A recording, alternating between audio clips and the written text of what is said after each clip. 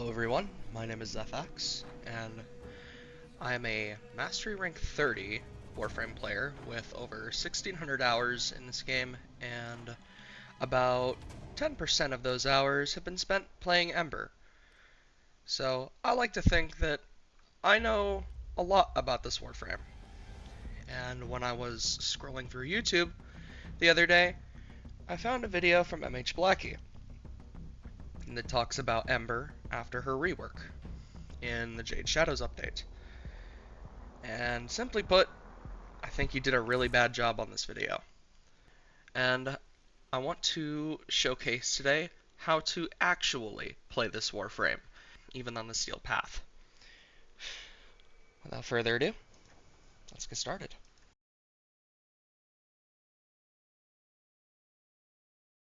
However, what is not cringe is her passive, because that gives you 5% more ability strength for every enemy that is affected by heat in a 50-meter radius around you.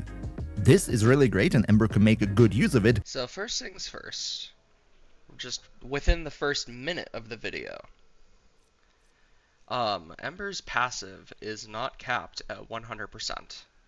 It may seem like it's capped at 100% because in the simulacrum, you can only spawn 20 enemies.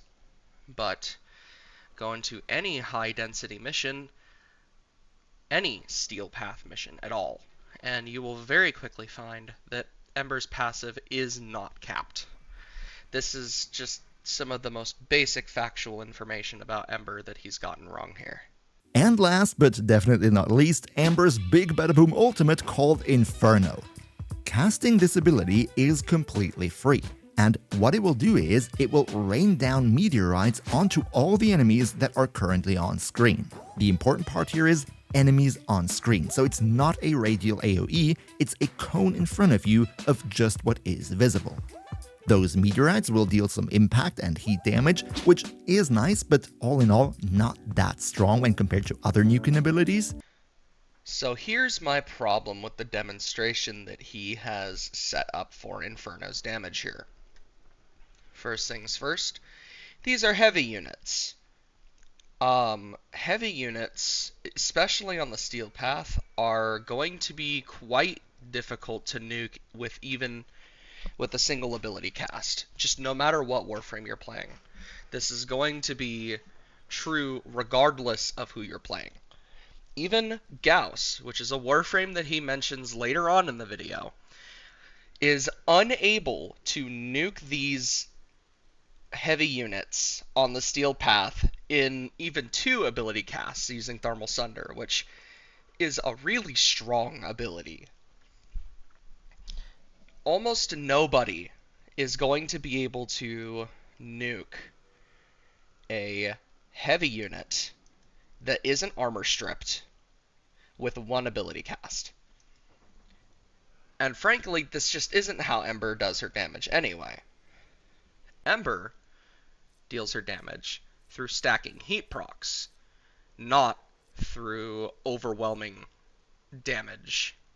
Alright, so much for the skills, and I think that whole thing with the emulation meter going up and down and which skills to use for what situation might have been a bit complicated, so let's take a minute to talk about how you actually want to play Ember in practice, and you will see it's actually pretty simple. Now, beyond the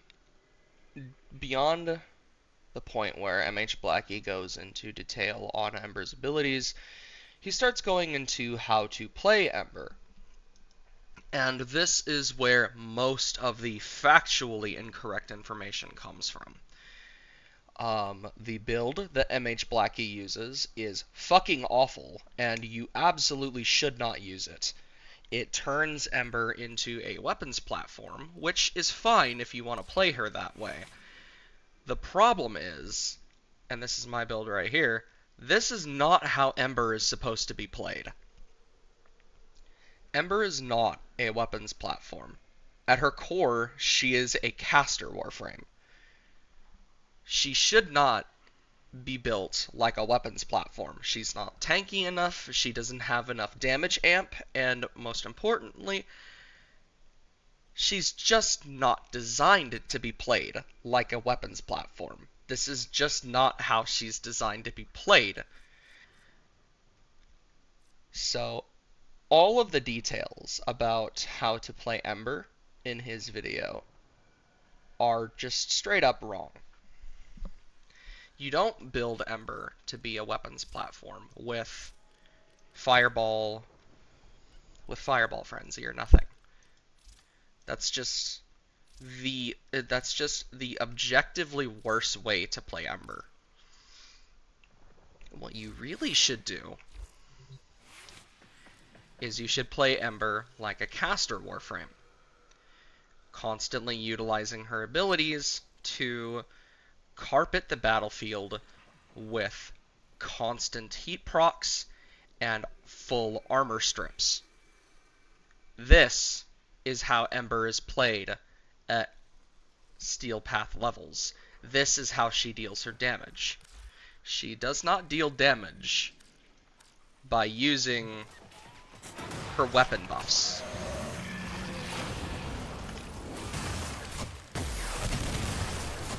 She nukes enemies on the Steel Path via overwhelming attrition, not through weapons platform usage.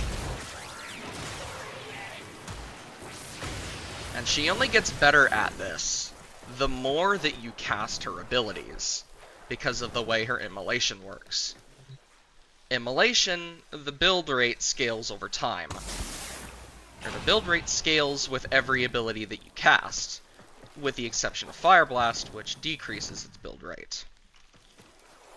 Eventually, you want to reach a point where immolation is recharging so fast that your immolation meter maxes out before you're finished with your ability rotation.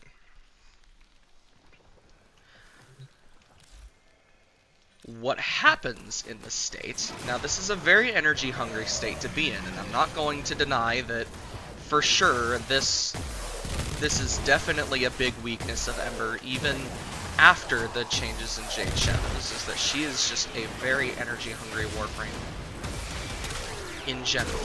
But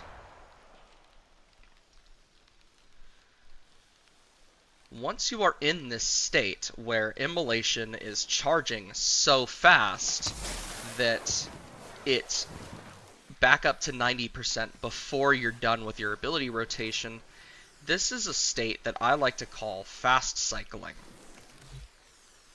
And in this state, Ember is at her most powerful.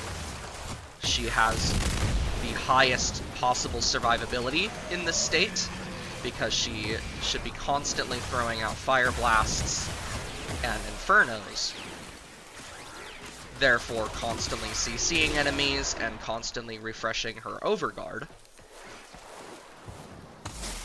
She will also be constantly armor stripping the entire battlefield and inflicting an overwhelming amount of heat procs onto literally everything around her.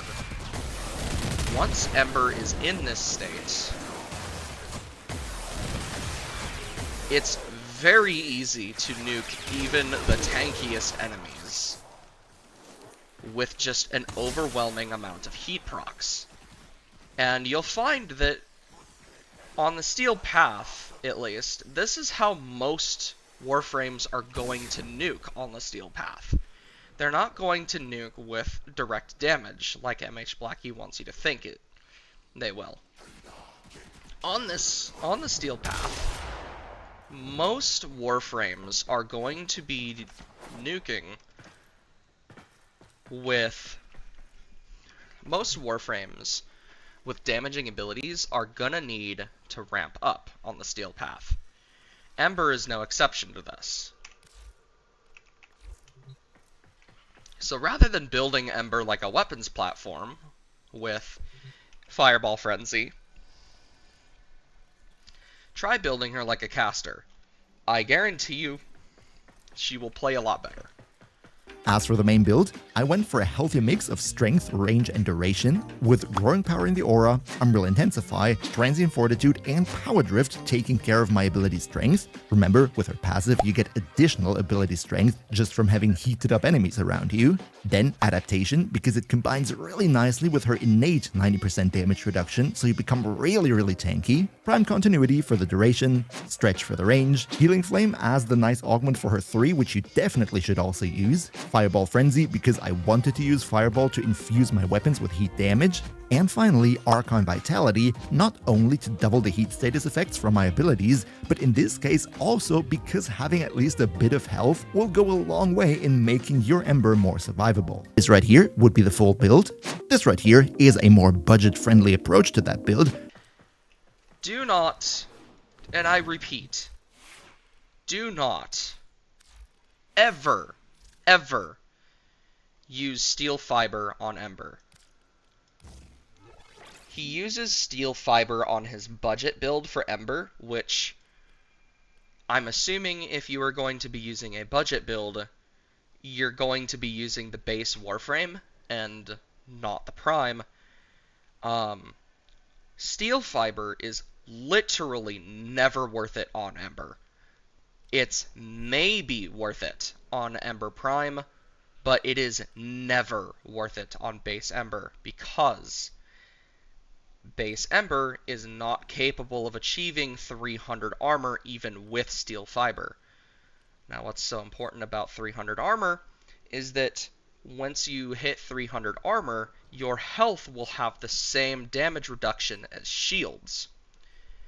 If your Warframe isn't capable of hitting 300 armor, you shouldn't build for health at all. In fact, the only reason we Ember players build for health on Ember is because of Archon Vitality, which allows us to apply additional heat procs with our abilities. This is the only reason we build for health on Ember.